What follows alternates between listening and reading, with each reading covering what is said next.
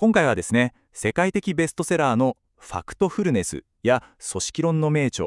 こういった複数の書籍から得られた知見をぎゅっと凝縮して、現代のビジネスパーソンに必須の思考ツールキット、これを解説していきます。今日お伝えするのはまさにこれです。情報に惑わされずにより良い意思決定を可能にする具体的な3つの思考法。これを身につければもう感情的な判断で後悔することはありません。では早速その中身に入っていきましょう。さあ、まず1つ目の思考法。それはデータで世界を見るということです。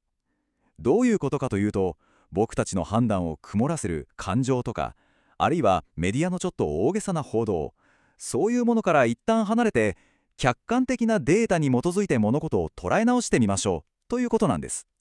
例えばこれを見てください。ハンス・ロスリングさんの名著「ファクトフルネス」に出てくるすごく象徴的な例なんですけどね。ある時、豚インフルエンザで31人が亡くなったっていうニュースが世界中で大々的に報じられたんです。でもこのスライドが示している通り、実は同じ期間に結核で亡くなった人って約6万3000人もいたんですよ。31人と6万3000人。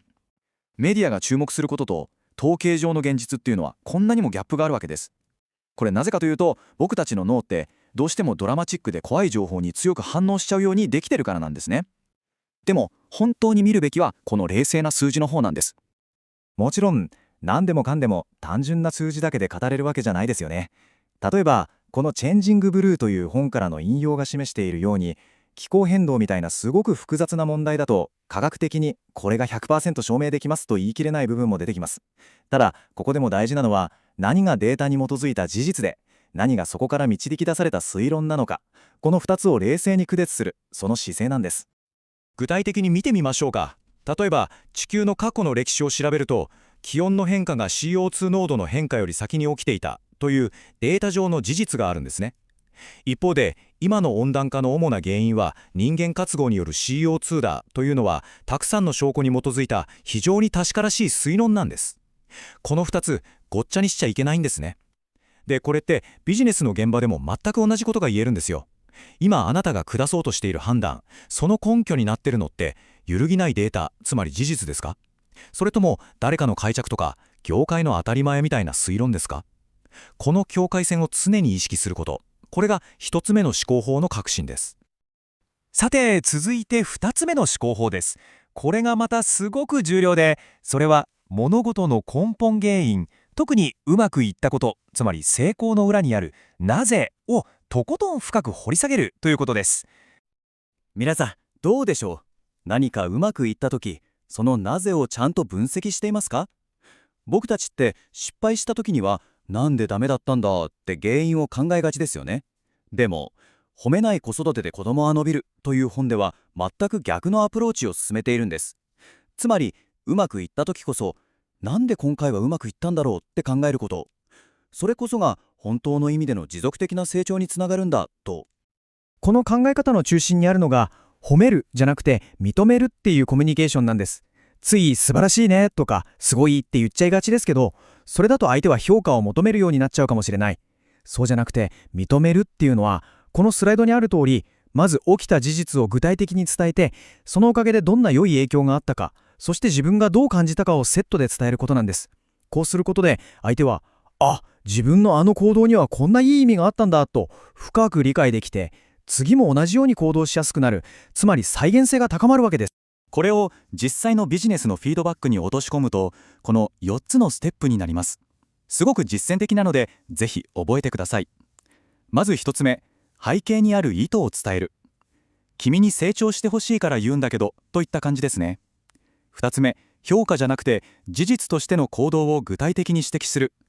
今回自発的にチームを助けてくれたよねと。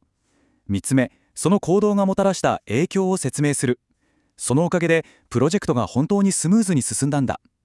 そして最後、4つ目に自分の本当の気持ちを伝える。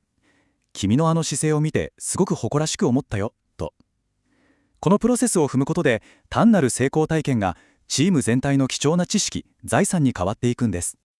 じゃあなんでそこまでして成功のなぜを掘り下げて言葉にしなきゃいけないんでしょうか。その答えのヒントがこの数字に隠されています。失敗学の第一人者畠村陽太郎さんが指摘するこの20年から30年という数字、これなんだかわかりますか？実はこれ、一つの組織が過去の大きな失敗から学んだはずの教訓をすっかり忘れてしまって、全く同じ過ちを繰り返すまでにかかる平均的な時間なんだそうです。つまりこういうことなんです。うまくいった時のなぜ、そして失敗した時のなぜ、この本質的な学びをちゃんと次の世代に伝えていかないと、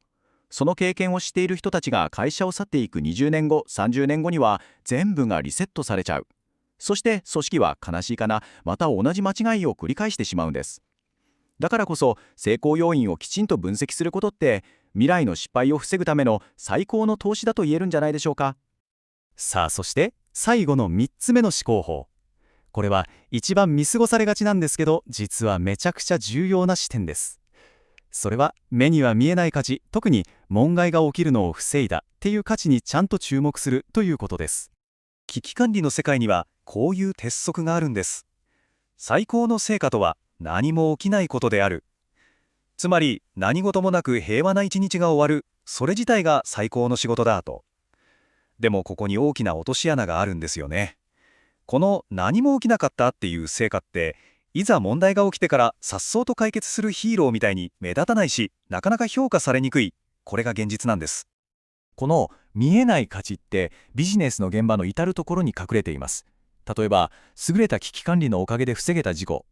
あるいは高い心理的安全性が保たれているからこそ起きなかったチーム内の対立やメンバーの離職。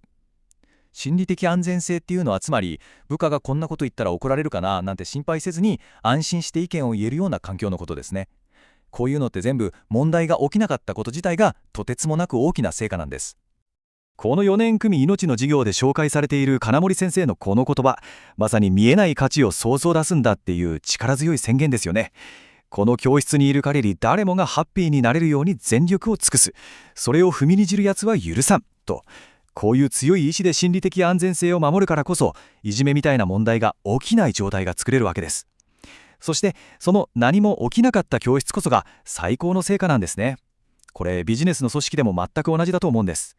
僕たちはつい問題解決で活躍するヒーローに目が行きがちですけど、問題がそもそも起きない環境を地道に黙々と作り続けている人たち、そういう人たちにこそもっと光を当てるべきなんじゃないでしょうか。さて、ここまで3つの思考法を解説してきました。1つ目はデータで世界を見る。2つ目は成功のなぜを深く掘り下げる。そして3つ目が見えない価値に注目する。この3つ、バラバラの知識じゃないんです。最後にこれらを全部ひっくるめて実践につなげるための明日から、いや今日からすぐにできる具体的なアクションを1つご提案します。それはこれです。もしあなたのチームで何かがうまくいったら、例えばプロジェクトが成功したとか目標を達成したとか、そういう時にただみんなよくやった素晴らしいで終わらせないでください。そうじゃなくて、ミーティングでたった5分でいいんです。時間をとってチームにこう問いかけてみてください。ところで、なんで今回はこんなにうまくいったんだろうって、この問いから始まる対話、そして成功の理由をみんなで言葉にしていくこと、それこそがチームの未来の成功を作り、そして未来の失敗を防ぐ何より価値のある資産になるはずです。今回の話は以上になります。最後にこの問いを皆さんに投げかけて締めくくりたいと思います。あなたが次に行う大切な判断、その根拠はデータに基づいた客観的な事実ですか？それともなんとなくの雰囲気や一時的な感情ですか？この問いを常に自分自身に問い続けること、それこそが本質を見抜く思考法への第一歩になるはずです。